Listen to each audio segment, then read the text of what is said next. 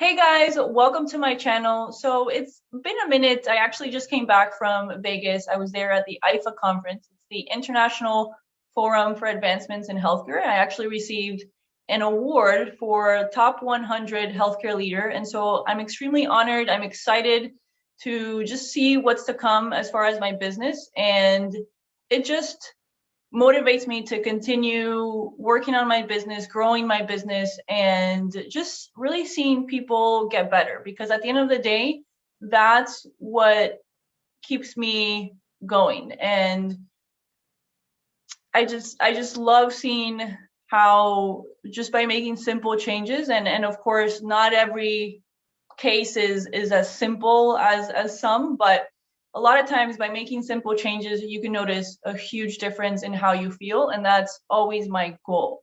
I think one of the biggest misconceptions when it comes to dietitians is that we just focus on weight loss, but we do so much more than that. And to be honest, my focus is never weight loss. Even though a client or a patient might come to me for weight loss, yes, you might experience that as a result. But a lot of times these patients are not only wanting to lose weight, but they also come with other symptoms. And so that's what we're going to go dive into today. And the question is your food making you sick? And we're going to take a look at food sensitivities, but also get an idea as to what food allergies are, what food intolerances are. We're also going to take a look at the different tests that are on the market, specifically one of them being the Mediator Release Test. And then at the end, I'm just going to mention who would be the perfect candidate for the Mediator Release Test. So to get started, let's take a look at how symptoms develop in our body. So first of all, we have to consume the food, right? So whatever food that might be, in one person, it might be one thing that's causing symptoms, but in a different person, it's something completely different. But we have to, that's the starting point, is consuming something that can then spark your immune system to perceive that food as an invader. And then the immune components work together to mount a defense. And that defense is the chemical mediator, or are the chemical mediators that are released to destroy the invader. And it's actually these chemical mediators that cause the symptoms, the inflammation that we have oftentimes in our bodies. Let's take a look at the different types of food. What's the word? I guess I can call it food sensitivities, but food sensitivities is really a category in itself, but we also have food allergies and food intolerances. So I do want to compare the three because they are different. So when we're talking about food allergies and food sensitivities, they actually both involve the immune system. Meanwhile, food intolerances does not involve the immune system. Food allergies targets IgE antibodies. Food sensitivities targets IgG and IgM antibodies.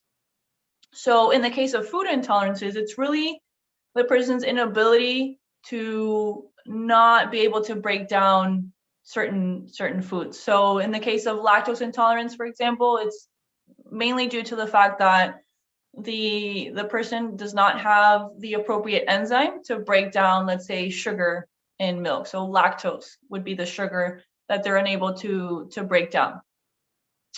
When it comes to food allergies, the response is immediate. So anywhere from a few minutes to a few hours, it can come up. Meanwhile, the food sensitivities and food intolerances are actually the response is delayed. When it comes to food allergies, even a small amount can trigger symptoms. But in the case of food sensitivities and food intolerances, it is dose dependent. So someone might be able to tolerate small amounts, but not necessarily larger amounts.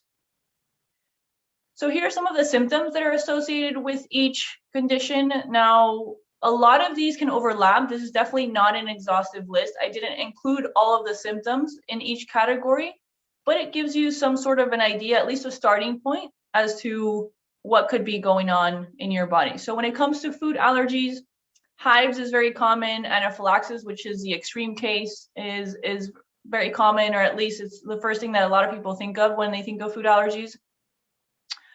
But you can also experience nausea, edema, excess mucus production. Food sensitivities, it's diarrhea, headache, fatigue, brain fog, and then food intolerances, we're talking about mainly digestive issues. So bloating, gas, distension, diarrhea, and abdominal discomfort. So the biggest problem with non-IgE food sensitivities is that it's very difficult to pinpoint exactly what foods are causing the symptoms. And the reason for that is because, one, the reactions are delayed. So you can be consuming something today, but the symptoms don't show up until 3-4 days down the road. Now, some people can have a food journal and track exactly what they're consuming and kind of look back, especially if they notice that that symptom is reoccurring, and it always happens when they consume a certain food. So they can go back and really pinpoint that. But again, it's very difficult. It is dosage dependent, it is patient specific, and there are a lot of reactive foods and chemicals out there, even if we consider them to be quote unquote healthy. So let's take a look at the different tests. Some of you might be familiar with the food allergy testing. So the first one is the skin prick test. That's the one where they, as the name of the test illustrates, they prick your skin, whether it's on your arm or on your back. And what it does is that it challenges the mast cells with a specific antigen or food.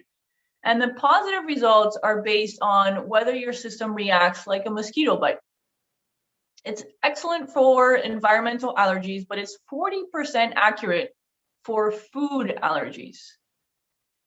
If we're talking about the IgE RAST and ELISA test, it quantifies IgE. It is a blood test, and it's 60% accurate for food allergies. So a little bit better than the skin prick test, but still not as high as we would think so, right? So what it means is that a lot of items can come up positive, but they're a false positive. So definitely something to take into consideration when you are going to the doctor. They're either doing the skin prick test or they're doing the IgE RAS, which is technically they're drawing blood and they're measuring the difference. They're quantifying IgE, or they're challenging the mast cells. That just keep in mind that these tests are not as accurate as we would like them to be. When it comes to food sensitivities, the IgG ELISA test, I don't know if some of you have seen the commercials. I have to bring it up. So the Everly Well test measures IgG. So if you remember a few minutes ago, I mentioned that food sensitivities actually involve IgG and IgM. And the interesting part about IgG is that even though it's high, it can be a high that's protective. So what this means is that if you get an IgG ELISA testing done, something can come up again positive, but it's a false positive. It's not a food that's actually causing symptoms. And the other thing to keep in mind is that the IgG ELISA testing does not test reactions to chemicals and additives. So it's a little bit limited in that sense. Now, if we're talking about the Mediator Release Test, so this measures changes in ratio of liquid to solids after whole blood exposure to the antigen. And you'll be able to visualize it a little bit better in the next slide. But this tests for all food sensitivities, and it also includes chemicals. So a little bit more inclusive, more, just a lot more things being tested. And again, that allows us to have more answers. And it also it's able to quantify the level of the reaction. So you'll see what I mean by that. So here we have an example of the Mediator Release Test. So I'm going to start on the left-hand side, and we have two samples here. We have the non-reactive sample, where we see the whole blood cells are whole, and then the reactive sample, now we can see the chemical mediators being released.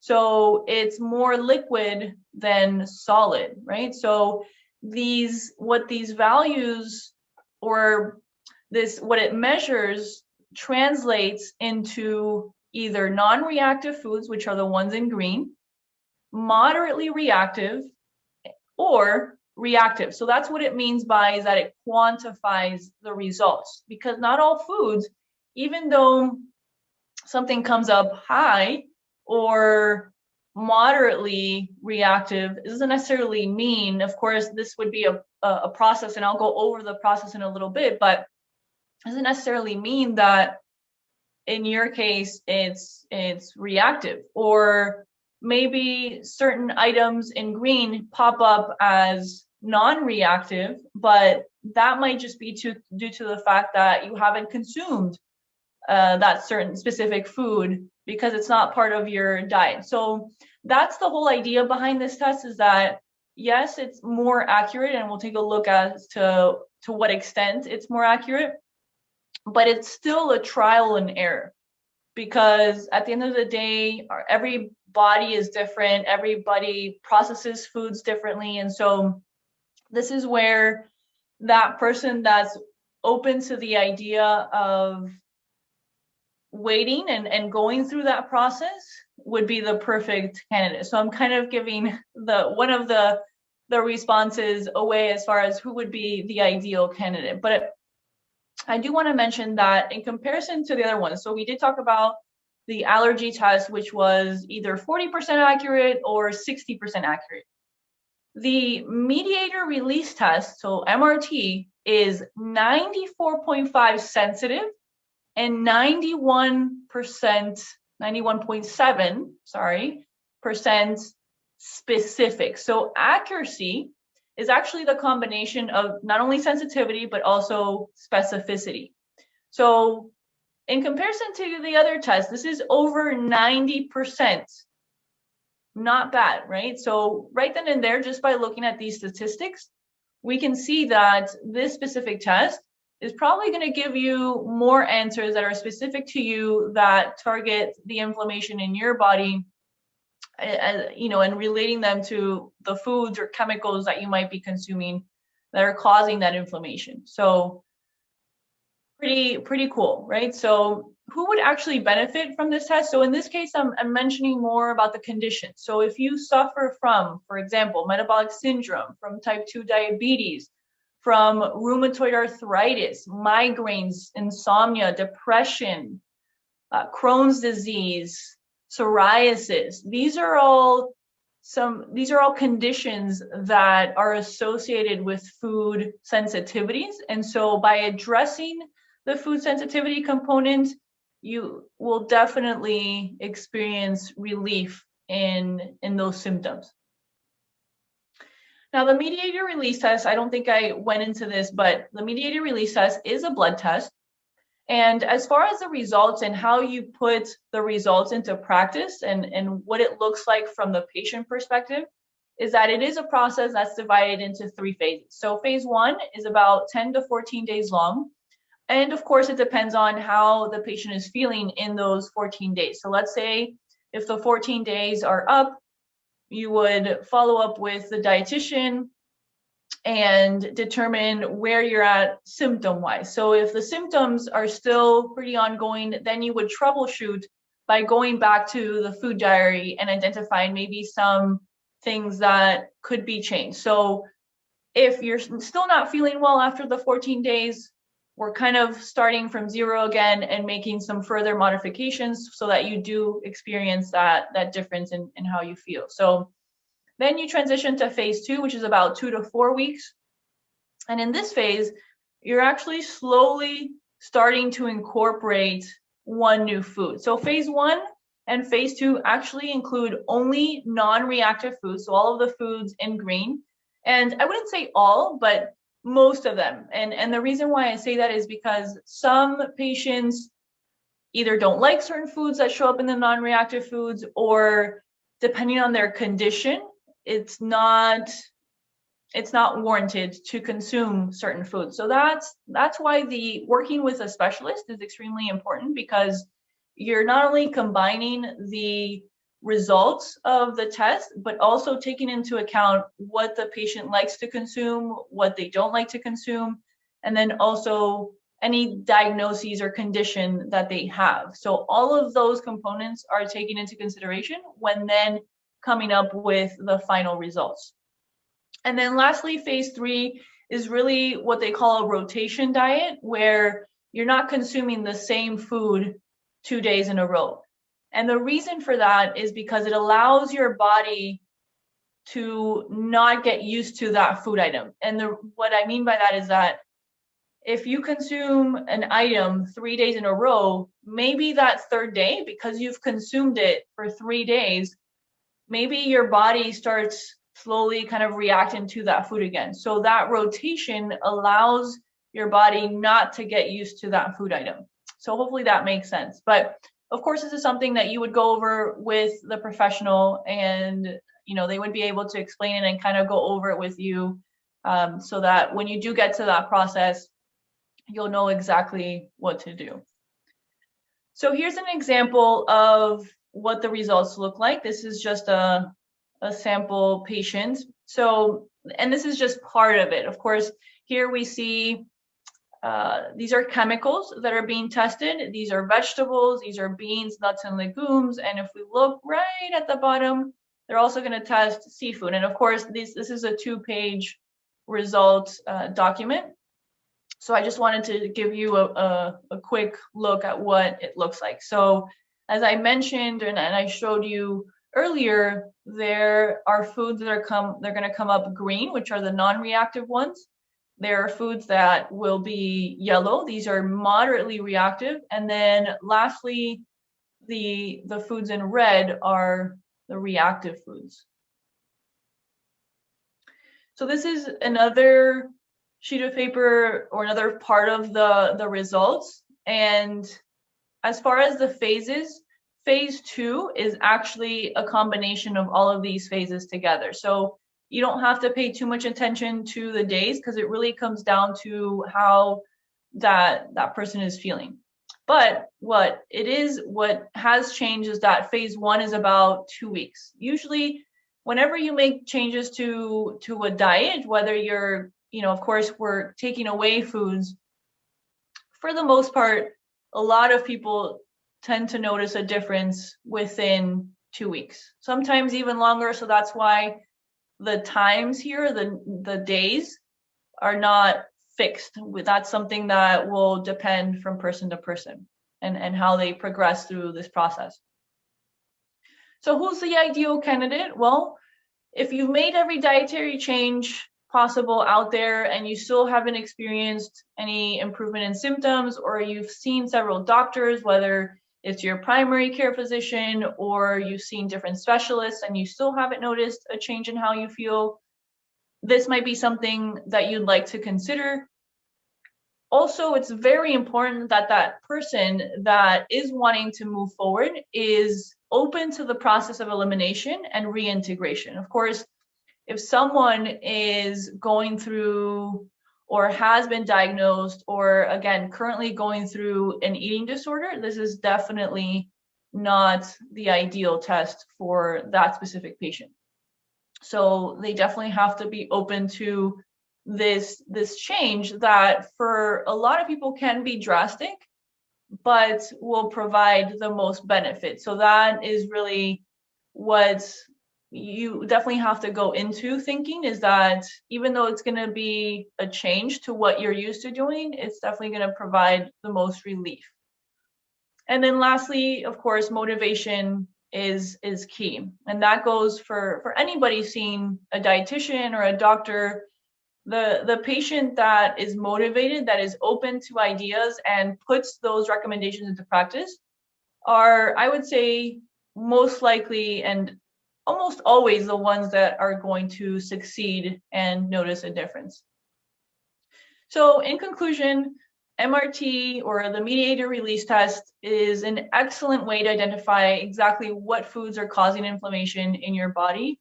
Not every test is accurate and or measures true food sensitivity, so do keep that in mind. If you order a food sensitivity test and they send it to your home, there are different ones on the market, but again, they're not very accurate.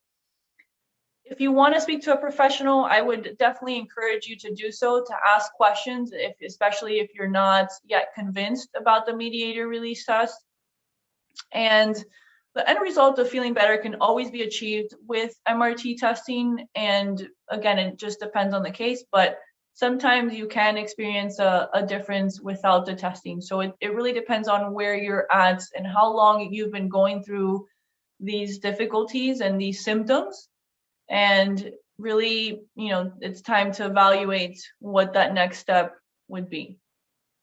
So just keep in mind that being proactive is definitely going to allow you to feel better, and not reactive, meaning waiting until last minute or going through these changes or these symptoms for so long that now it just gets worse and worse. So definitely take these changes and take these next steps into your own hands, because that you really do have that ability to do that.